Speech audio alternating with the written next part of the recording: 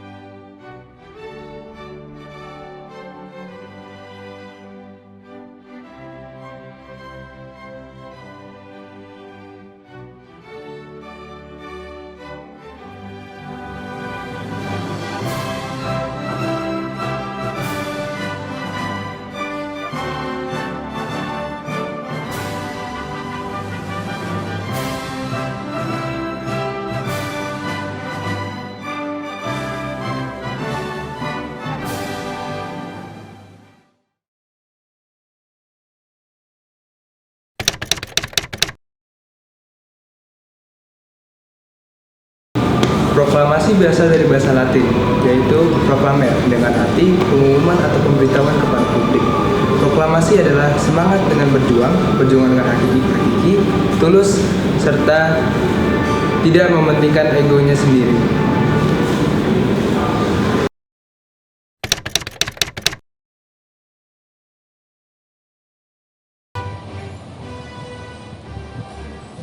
Jadi, saya ingin menjelaskan kepada kalian apa itu fungsi proklamasi.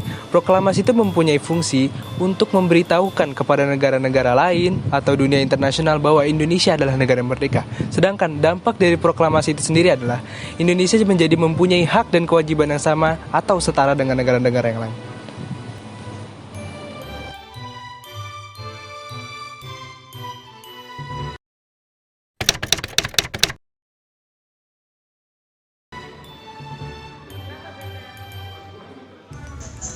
Jadi, kalian tahu nggak sih latar belakang proklamasi itu apa? Proklamasi itu dilatar belakangi oleh golongan muda yang mengetahui bahwa Jepang telah dibom oleh Amerika. Dan setelah Jepang dibom oleh Amerika, akan tercipta vacuum of power. Nah, oleh karena itu, golongan muda mencoba memberitahu golongan tua agar mempercepat proklamasi kemerdekaan Indonesia.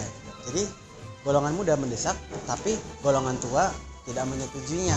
Akhirnya terjadilah peristiwa Rengas Dengklok, di mana golongan muda itu menculik golongan tua agar golongan tua ini tidak terpengaruh sama pasukan Jepang. Nah, jadi akhirnya golongan tua ini menyetujui, dan akhirnya setelah peristiwa Rengas Dengklok, dia bergegas untuk ke Laksamana Maeda dan akhirnya merumuskan proklamasi.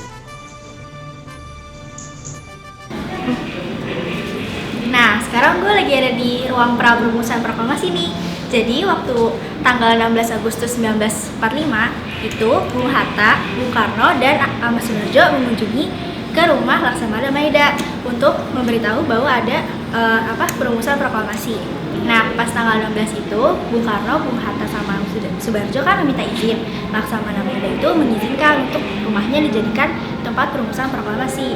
Nah, setelah itu Bung Karno, Bung Hatta, dan Ahmad Sudarjo itu pergi ke Rengas Dengklok untuk menemui Jenderal Nishimura, yang dia tuh memberitahu bahwa Indonesia itu nggak boleh memproklamasikan kemerdekaan karena sekutu itu tidak boleh mengizinkan Jepang untuk mengganti status dari Kuo. Nah, akhirnya mereka tuh kembali lagi ke rumah Laksamana Maeda untuk memberitahu Laksamana Maeda bahwa mereka mau memproklamasikan kemerdekaannya itu di sini, di rumah ini. Nah, tetapi Laksamana Maeda itu tidak merespon dengan baik, jadi dia hanya pamit undur diri, lalu dia pamit tidur ke atas. Nah, setelah melakukan pertemuan dengan Laksamana Maeda dan Miyoshi, 3 tokoh nasional yaitu Bung Karno, Bung Hatta, dan Mr. Subarjo melakukan perumusan naskah proklamasi di ruangan yang digunakan sebagai tempat rapat dan ruang makan oleh Maeda. Pada tanggal 17 Agustus 1945, pukul 3 pagi, 3 tokoh nasional melakukan perumusan naskah proklamasi di ruangan ini. Nah, naskah ini diberi judul proklamasi. Dialog pertama yaitu berbunyi, "Kami, bangsa Indonesia, dengan ini menyatakan kemerdekaan Indonesia." Setelah itu ditambahkan oleh Bung Hatta tentang mengenai pengalihan kekuasaan. Setelah naskah sudah selesai dirumuskan, naskah tersebut dibawa ke Serambi Muka untuk dibacakan oleh ke depan para tokoh yang sudah menunggu. Setelah disetujui, naskah itu diberikan ke Sayuti Melik untuk diketikkan.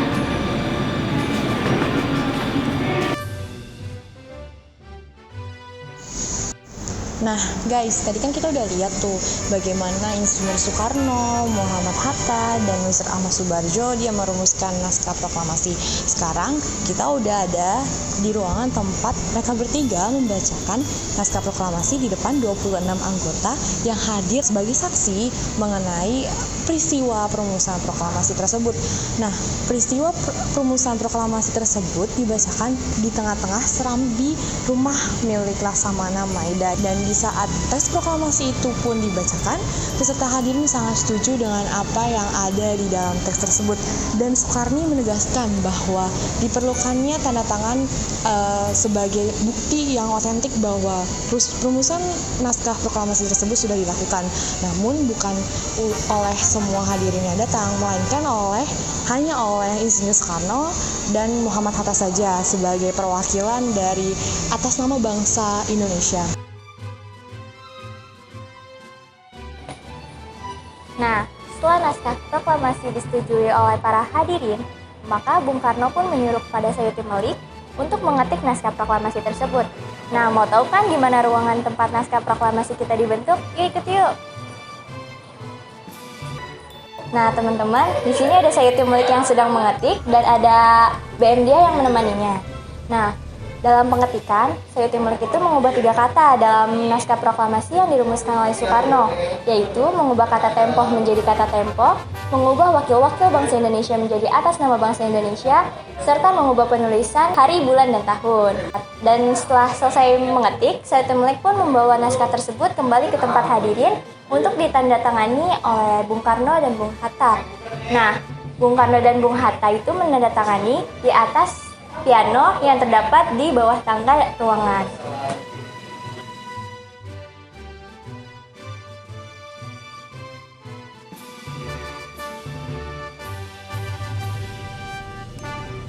Proklamasi menurut kami anak muda sangat penting. Terus kan itu kan berbau tentang sejarah ya. Jadi kita sebagai anak-anak muda di Indonesia harus paham tentang proklamasi, tentang cara perumusannya dan siapa saja tokoh-tokohnya.